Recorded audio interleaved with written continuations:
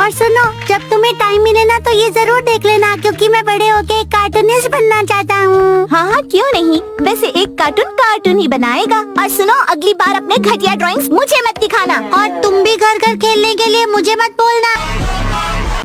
वैसे मैं सोच रहा हूँ कि मैं बड़ा होके एक पॉलिटिशियन बनूं और हम दोनों मिलकर कंट्री का फ्यूचर डिस्कस कर सकते हैं। खुद का फ्यूचर पता नहीं और कंट्री का फ्यूचर डिस्कस करेंगे। तुम्हें बीच में बोलना जरूरी है क्या?